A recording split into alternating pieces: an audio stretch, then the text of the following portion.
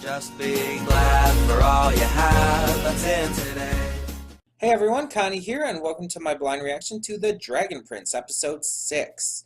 So here we are with another episode this week, and I'll be honest, I'm really tired right now for some reason. I just got finished just like a few minutes back recording Dofus, and I don't know, I live streamed today, and I had plenty of sleep, so I don't know what it is, but I'm just really tired, so hopefully that doesn't affect today's reaction. But so last time we had just some more stuff going on with the castle. Viren was trying to take over, but he wasn't being allowed to anymore because, you know, the princes are alive. So the aunt, I think it's Maya, she was going to do this plan to send out her best soldier to find them and all. Her assistant, basically. But Viren decided to imprison him instead, and instead send out his own son, basically betraying Amaya's trust and being the asshole we know he is. So yeah, at this point, it's just like, I don't see how, like, it's gonna go any other way besides Viren being the main villain and all. I can't see it, like, really going in a different direction. And right now, as of what we know, his children are on board with his ideas and stuff, so that's gonna make it even worse. But we also have Callum, Ezrin, and Rayla continuing on their adventure. And we didn't have like a huge amount of stuff happen last time with them. Just some character building and stuff, especially with Rayla finding out her fear of water and stuff. Which is, it's probably more like fear of running water specifically. But I mean, maybe we'll get more depth in that as time goes on. And I'm just really interested to see what we got. And I do apologize for, like, I hope I don't seem too out of it. Again, I don't know why I'm tired right now. I really have no reason to be. I mean, again, I got a good amount of sleep. I've had food and drink and stuff, so it's not like I'm hungry or anything. I don't know what it is, but for some strange reason, I mean, hell, I could just be having an off day, for all I know. But either way, we're going to get on with this, so when the screen fades to black, pause this redirect and go to the description below. Follow the link to the reaction, and after you watch it, come back here to the redirect and resume play, because after it fades to black and then fades back in, everything from that point forward will be my afterthoughts and will contain spoilers to the episode. So that being said, thank you so much for tuning in, and I will see you at the reaction. Okay, and we are back, and we'll begin with spoilers in 3, 2, 1, now. So there's really 3 things that we need to talk about regarding this episode. 3 kind of separate things it focuses on. So I'll start with the first part here, where Rayla fights off the soldier, the assassin, or not really an assassin, I'm just going to say soldier, the soldier who was sent by Amaya to rescue the princes. Now, when we first saw him, he was really quiet and kind of came off as this assassin-like character. He kind of came off like he was going to be sneaky and stealthy and everything. But instead, he's actually just, he's really not quite that type of character. He seems like he's a fighter. He has this really cool weapon. And he actually does speak quite a bit. So he seems genuinely concerned that when Rayla tells him that the princes are there of their own free will, basically. And he's like, oh, but when they find out about the king, they'll kill you, or they'll hate you, rather, not kill you. They'll hate you. And it's like, they're having this conversation. He does seem genuinely surprised at that concept, but he also doesn't question it. Which felt a little weird to me, that he didn't like really say she was like this big old liar or anything. He didn't question it that heavily. He just almost, he kind of accepted it. But it's more like he was asking, why would that be the case? Like, why are they following you? Why would they be friends with you? Stuff like that. We definitely haven't seen the last of him. I just wonder exactly when we're going to see him again. The second aspect of this episode is, of course, Rayla, Callum, and Ezrin. So they're continuing on their journey, and Rayla chooses to have them head up a more dangerous path because she believes it'll be safer overall, because they'll be expected to take the easier path. She feels that if they go that route, they won't encounter as many obstacles. But unfortunately, because it's the less safe path, they're going to encounter more obstacles just because of that. Um, and we see by the end they end up on the frozen lake and everything, and all that goes down with that. Now she does admit to them a lot. She opens up about what happened with the one guy back at the camp they were at. You could say camp, I guess. She tells them about the entire binding, about killing Ezrin and everything, and that she's willing to lose her hand if that's what it means. Also, I didn't know it was getting tighter. Like, did we know that already? That it was going to continuously get tighter until, like, Ezrin died, I guess? Um, and I don't think we've seen, like, the purple bruising and, like, unoxygenated flesh before. I've been in that kind of situation where when I was younger, I was stupid. I was really fucking stupid. I used to do this thing where I would like tie rubber bands and shit around my fingers really fucking tight just to see my finger go purple because I thought it was cool for some reason. I was a dumb as shit kid. um, but yeah, I would do that, and it's like I know what it feels like when you lose that blood circulation to your finger, though. And obviously, it'd be a lot different with like your whole upper arm and hand. Definitely would be a lot more serious, and especially after a much longer period of time with it continuously getting tighter and tighter. Um, but like I get the feeling it starts feeling really cold at first because obviously without the oxygenation, the heat doesn't reach it as easily. It starts feeling really cold and really just numb, and eventually it starts to set in with this bit of just prickly pain that gets worse and worse. Um, and it's really not comfortable. And I never let it get too bad, of course. I wasn't that stupid of a kid, but I was pretty fucking stupid. And I think a lot of kids back in the day when I did that also did it. So at least I wasn't alone in my stupidity. But yeah, I understand how that would be painful. How it wouldn't just be like cutting off the circulation, loose feeling. It would actually create pain. I get that. And how grabbing onto something like, especially something that's been said to be heavy, like this dragon egg, yeah, it's going to be painful, and you're going to want to get it out of that hand right away. You're going to want to get rid of that pain, so you're going to subconsciously drop it. It wasn't her fault.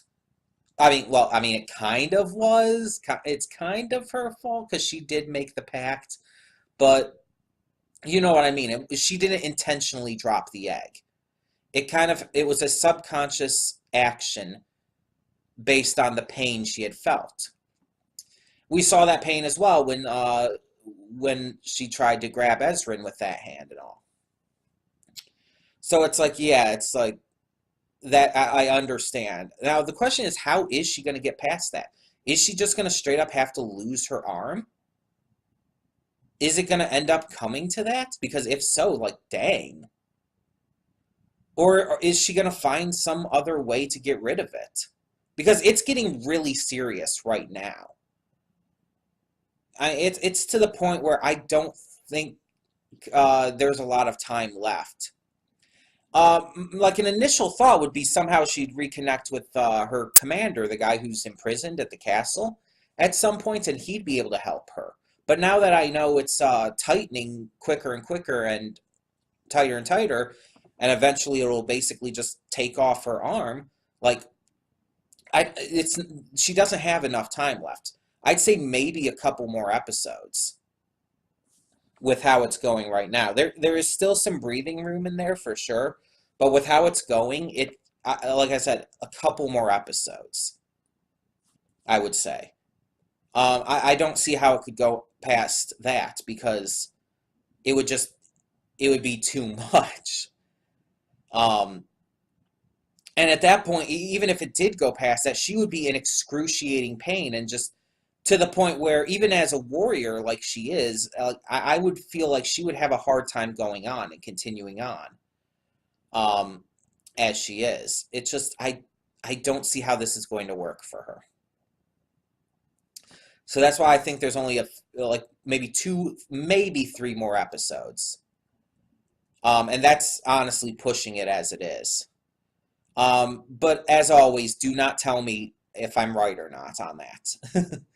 I don't want any spoilers for the future. But then the third thing to talk about is Viren and his children. So Viren has a meeting with his son and tells him about his special mission that he has besides just, sending them on the journey to search out the children. So he tells his son, whose name I can never remember, by the way, that he has this secret mission that he's not to tell anyone, not even Claudia, and that is basically killing the princess. Like he doesn't even really hide that fact. He's trying to be coy about it, trying to be uh trying to keep it like more subtle in the way he's telling his son to do it, but no, it's like he's just saying like accidents happen, especially fatal accidents, and it's like, oh come on, just straight up say it to him. No one else is around. Just tell him you want him to kill the kids. Um, and it's like at this point, it pretty much just like solidifies it for me. There were a couple points in the past couple episodes where I did actually question whether or not he was truly evil and whether or not his ideologies were that bad, but this episode did definitely confirm it. Because I was thinking before, like, oh, maybe he's just taking things the wrong way, maybe he's just doing things the wrong way, or maybe we're purposefully being misled and misunderstanding his intentions with all this. But no, not only does he tell his son that he has to kill the kids to ensure that Viren gets the throne, but then he tells his daughter, Claudia, her secret mission as well, to keep hidden from even her brother. And that mission is to get the dragon egg back at all costs. And that includes if it's between the egg and her brother, who I just remembered the name of. It's Soren. Um, and he tells her the egg. If it's one or the other, go for the egg. He's basically telling her that that he doesn't give a shit about Soren's life. That the egg is more important. And he's guising all of this behind, oh, there's a war on the horizon, and we have to make sure we win it. We have to make sure humanity gets it.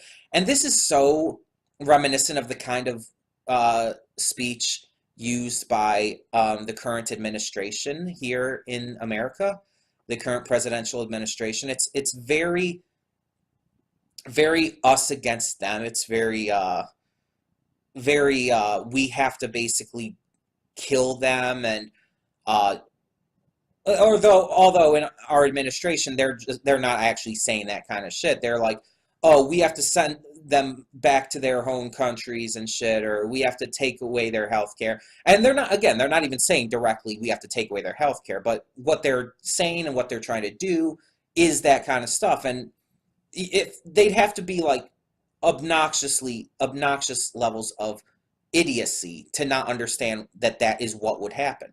That by taking away all these people's health care, that it's going to kill people. And all of these other ideologies and things they're trying to implement would kill people. But I'm not going to get into all of that political shit right now. The gist of it is that Viren comes across as a very realistic villain. A villain you definitely believe and have seen in real life. And that's what makes him even more terrifying. Seeing this episode cemented him as evil. He is just straight up evil. There is no good in him. And you could say, oh, but he does genuinely want to protect the humans and protect the kingdom. Yeah, by murdering innocent people, including 2 children, by willingly being by blah, blah, blah, by being willing to sacrifice his own son to basically against fight this war that could be so easily ended just by returning the egg, which is again what Ezra and Callum and them are trying to do. But no, he's like, oh, you have to get that egg back at all costs, even if it costs your brother's life, proving that he doesn't want to make peace or anything. That's never been an option for him. He wants to dominate. He wants to reign. He wants to like just completely overtake everything. He's a sickening, disgusting, evil little man, and I hate him. He pisses me the fuck off. But at least Soren and Claudia showed uncertainty about their secret missions. And judging on especially the little interaction they had together, where they were like, oh, no, he didn't say anything weird to me, talking about their father, I definitely think they're actually going to have a change of heart and turn against Viren. That they're going to end up working with our heroes and become heroes in their own right. And see the error of their fathers and their own way. So, and I'm really hoping that happens. Because that's definitely kind of where it's hinting that it's going to go. Plus, it just, I feel like it would make sense, personally. But either way, I did really enjoy this episode. I really did like it. This series has definitely gotten off on a bumpy start, but it definitely also caught its stride recently. And yeah, it's not as good at this point from what I'd say in comparison to Avatar, which again, some of the same people worked on. Avatar: The Last Airbender is still a much better show, but so far this is actually impressing me. It's actually proving to be a lot better than I thought it would, and I am enjoying it. So, once again, no spoilers, and thank you so much for tuning in. For now, I'm Connie, and I'm signing off. See y'all next time. And though you've come through many obstacles,